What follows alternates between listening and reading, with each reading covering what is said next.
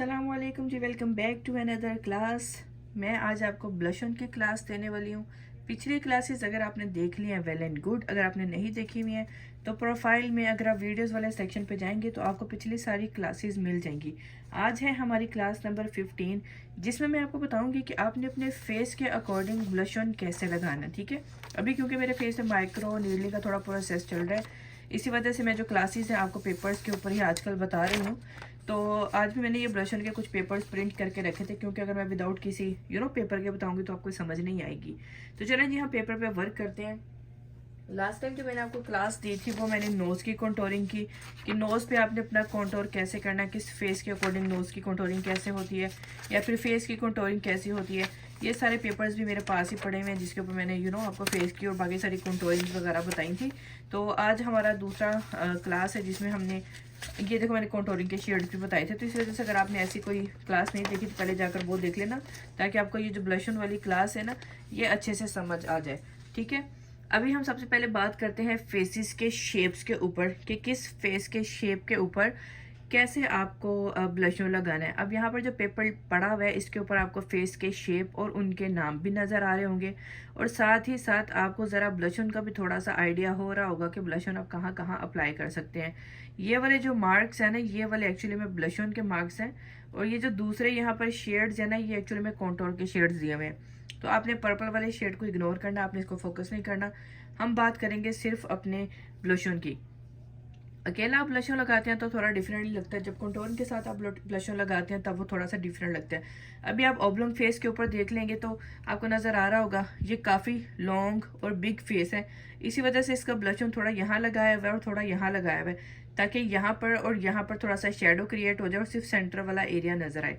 इसी तरह से ये जो रेक्टेंगुलर फेस होता है इसके भी देखो कॉर्नर्स जिनके थोड़े से ब्राइट होते हैं या थोड़े से वाइड होते हैं, इन कॉर्नर्स में फिर हम शेड लगा देते हैं ताकि ये भी थोड़े कम विजिबल हों। अगर जैसे यहाँ से जॉ लाइन बहुत बाहर निकली हुई है या यहाँ से फोरहेड बहुत बड़ा है, तो इन एरियाज में हम ब्लश ऑन का शेड लगा देते हैं। इसी तरह से अगर आप राउंड फेस को देखो कि राउंड फेस को आप लॉन्ग कैसे बना सकते हो, इसका ब्लश ऑन आपको सिर्फ साइड्स पे रखना है। ठीक है, आपको बहुत ज्यादा चीक के ऊपर ब्लश ऑन का नहीं लेकर आना, क्योंकि राउंड वाले फेस के ऊपर अगर आप चीक के ऊपर ब्लश ऑन लगाते हो ना तो फेस आपका और ज्यादा राउंड लगता है।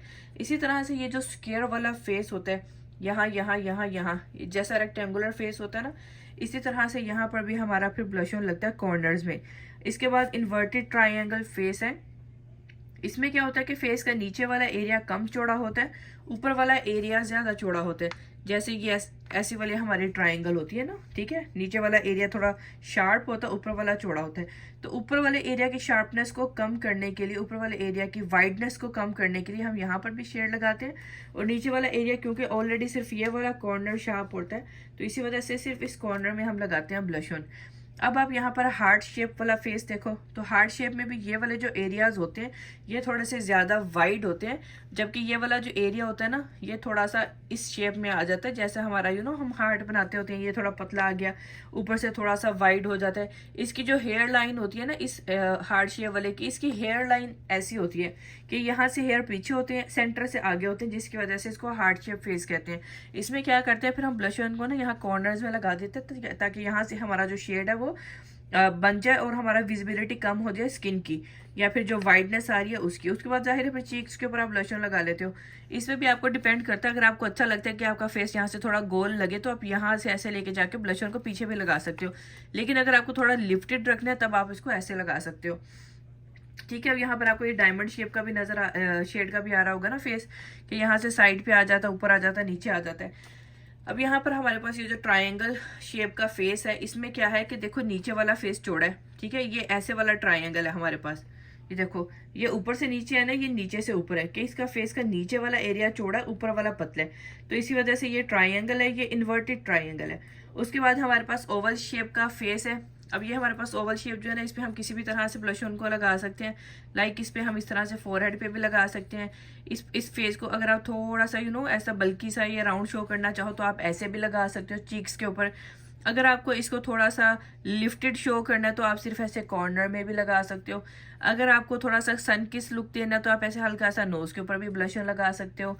उसके बाद अगर आपको अपना चिन थोड़ा सा ऐसा बेबी टच देना है तो आप अपने चिन के ऊपर भी ऐसे ब्लश ऑन लगा सकते हो, ठीक है। तो ये हमारे पास डिफरेंट डिफरेंट फेसेस हैं, उनके शेप्स हैं और उनके अकॉर्डिंग आप ब्लश ऑन कैसे लगा सकते हो वो मैंने आपको इसके अंदर बता दिया। होपफुली आपको समझ आ गई होगी, ठीक है। अब हम थोड़ी सी बात करते हैं इस दूसरे वाले पेज के ऊपर। इसके ऊपर भी आपको ब्लश ऑन का थोड़ा सा अच्छे से नजर आ जाएगा, ठीक है। अब ये वाला हमारे पास ओवल शेप है और यहाँ पर आप देखो इसके चीक्स के ऊपर ब्लश ऑन लगा हुआ है। ओवल शेप में क्या होता है कि आप अपने ब्लश ऑन को चीक्स के इस एरिया तक भी ले आते हैं ना, ताकि आपका एप्पल चीक थोड़ा प्रोमिनेंट हो जाए, तो भी आपका ब्लश ऑन जो है ना बहुत प्यारा लगता है। और अगर आप इसको अपनी नोज के ऊपर से भी ऐसे लेकर जाते हैं ना ब्लश ऑन को, तो भी आपका ब्लश ऑन जो है ना वो बहुत प्यारा लगता है। उसके बाद हल्का सा आप ऐसे चिन पे भी लगा सकते हैं, आप हल्का हल्का सा ऐसे फोरहेड पे भी लगा सकते हैं। उसके बाद आ जाते हैं हार्ट शेप में। अब हार्ट शेप में अगर आप बहुत ज्यादा आगे को लेकर आएंगे ना अपने ब्लशर को, तो ये अच्छा नहीं लगेगा, आपका फेस बहुत ज्यादा बल्कि या फिर हैवी हैवी लगेगा, ठीक है। उसके बाद ये हमारा स्क्वायर शेप का फेस है। स्क्वायर शेप के फेस के ऊपर भी हम लोग अगर पीछे पीछे ब्लशर लगाते हैं तो ज्यादा प्यारा लगता है। यहाँ पर अगर आप ब्लशर को लेकर आते हो तो फेस हैवी लगता है। इसके बाद राउंड वाला आपका फेस आ जाता है। इसके ऊपर भी लिफ्टेड शो करने के लिए ब्लशर को साइड साइड में रखते हैं, इसको भी हम यहाँ नहीं लेकर आते, ठीक है। ये मैं आपको सिर्फ वो बता रही हूँ जो एजुकेशन के अकॉर्डिंग या फिर फेस की शेप्स के अकॉर्डिंग जो हमारे ब्लशर्स वगैरह लगते हैं, ये सिर्फ अभी मैं आपको वो बता रही हूँ। लेकिन आपको पता है मैं आपको वो यूनिवर्सल मेथड भी बताऊंगी जिसके अकॉर्डिंग आप अपना ब्लशर लगा सकते हैं। अभी तो मैंने ये कुछ पेपर प्रिंट किया हुआ था ताकि मैं आपको पेपर्स के अकॉर्डिंग भी कुछ चीजें दिखा बता दूं, सामने पड़ी चीज भी हो ना तो भी जरा अच्छे से समझ आ जाती, ठीक है।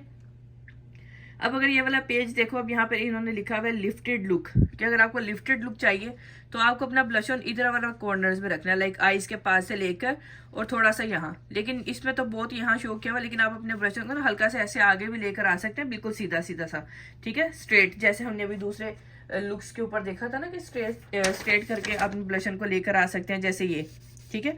कि अगर आप अपनी आईज के पास से स्टार्ट करें और हल्का सा ऐसे ले आए, लाइक बहुत चीक्स पे आने की जरूरत नहीं है। ये हो गया हमारा लिफ्टेड फेस के। अगर आपको लिफ्टेड लुक चाहिए तो आपको ब्लश ऑन को पीछे रखना है। सन किस लुक, सन किस लुक में क्या है कि आप हल्का सा उसको नोज पे टचअप दे सकते हैं, या यहाँ से ऐसे पूरा ऊपर से लेकर भी जा सकते हैं आप अपने ब्लश ऑन के शेड को सन किस लुक देने के लिए। उसके बाद है एड फुलनेस।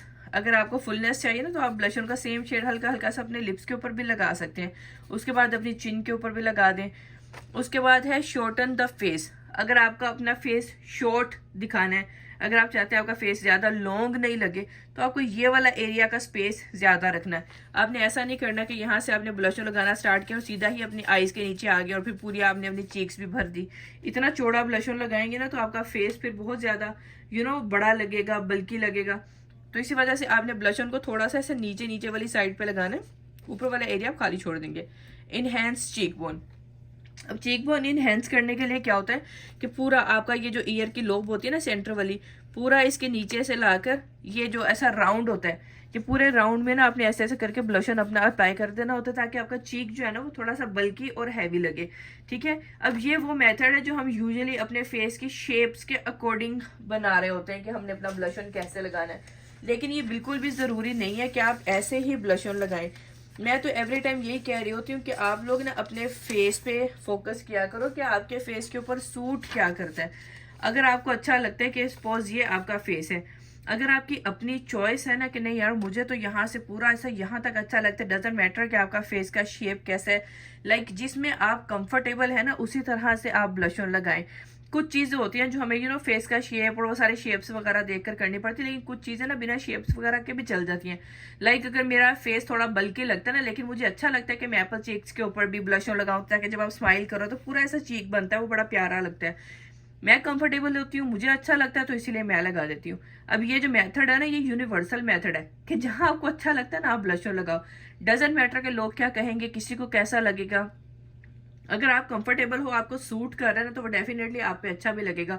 मेकअप जो सबसे ज्यादा सूट करता है ना, वो कॉन्फिडेंस से करता है। अगर आपका कॉन्फिडेंस अच्छा है, आप अच्छे से चीजों को कैरी कर रहे हो, तो फिर वो डेफिनेटली अच्छी लगेंगी। अगर आप खुद ही थोड़ा सा उसमें इमेच्योर हो जाओगे, या खुद ही थोड़ा सा ऐसा ढीला ढीला शो करोगे, या खुद ही आप अपनी पर्सनैलिटी को कंफ्यूज शो करोगे कि हाँ मैंने लगाया हुआ पता नहीं कैसा लग रहा, तो फिर वो डेफिनेटली अच्छा नहीं लगेगा। आपका कॉन्फिडेंस आपकी ड्रेसिंग को, आपके मेकअप को इनहेंस करता है, ठीक है। तो कॉन्फिडेंस होना बहुत ज्यादा जरूरी है। तो डजंट मैटर कि ब्लश ऑन आप कहाँ लगा रहे हो, आप फोरहेड के कॉर्नर्स में भी लगा सकते हो, नोज पे लगा लो, चीक्स पे लगा लो, चिन पे लगा लो, ठीक है। अगर आपको लगता है बहुत ही आपका हैवी फेस है, आप स्किप करना चाहते हो चीक्स वाला एरिया, तो सिर्फ कॉर्नर्स में लगा लो, ठीक है। और ये लगता सिर्फ इसी एरियाज में है, ये जो हमारा चीक बोन है ना, जाहिर है ब्लश ऑन चीक बोन में लगता है। जैसे यहाँ पर अगर आपका ईयर है तो जो ईयर का सेंटर होता है ना, सेंटर, वहां से अगर आप अपनी एक स्ट्रेट लाइन को ऐसे नीचे लेकर आते हो ना यहाँ तक, ठीक है, लिप्स तक, ये ईयर का जो सेंटर वाला लोब है ना, मैं उसकी बात कर रही हूँ कि यहाँ पे भी, ये तो नोज है ना, नोज ना समझना, यहाँ पे जो आपका ईयर है ना, उसका बिल्कुल जो सेंटर वाला लोब होता है उसके पास से अगर आप ये सीधी लाइन लेकर आओगे ना लिप्स तक, ठीक है, तो ये फर्स्ट वाले सेक्शन में आपका कंटूरिंग आ जाता है। कंटूरिंग भी मैंने आपको बताई थी, ठीक है। उसके बाद ये सेकंड वाले सेक्शन में आपका ब्लश ऑन आ जाता है, और उसके बाद ये थर्ड वाले सेक्शन में आपका हाईलाइटर आ जाता है। तो इस तरह से आप अपने ब्लश ऑन हाईलाइटर को लगा सकते हो। आप इसको ना 3 फिंगर्स के भी उसमें रख सकते हो, 1 फिंगर पे कंटूर लगा लो, 1 पे ब्लश ऑन, 1 पे हाईलाइटर, और अपने फिंगर्स को ऐसे रख लो, ठीक है। अगर आपका हाईलाइटर बहुत आंख के इसके पास भी जा रहा है तो भी कोई मसला नहीं है, क्योंकि आपके फिंगर्स आपके फेस के शेप के अकॉर्डिंग ही होंगी, जहां तक जाएगा वहां तक लगा लो। तीनों पे लगा के आप ऐसे करके लगा लो लाइंस, यहाँ कंटूर आ जाएगा, यहाँ ब्लश ऑन, यहाँ हाईलाइटर, और उसके बाद आपने इसको ब्लेंड कर देना है। लेकिन हर चीज जो है वो ऊपर वाली साइड पे ब्लेंड होगी, इस लाइन से नीचे कुछ नहीं ब्लेंड होगा। लेकिन जब हम ब्लेंडिंग करते हैं तो जाहिर है ब्रश के साथ यहाँ पर ये जो हमारी शार्पनेस होती है इसको भी हम थोड़ा स्मूथ कर देते हैं ताकि सॉफ्ट हो जाए, अदरवाइज ब्लेंडिंग जो है ना वो सारी ऊपर ही हो रही होती है।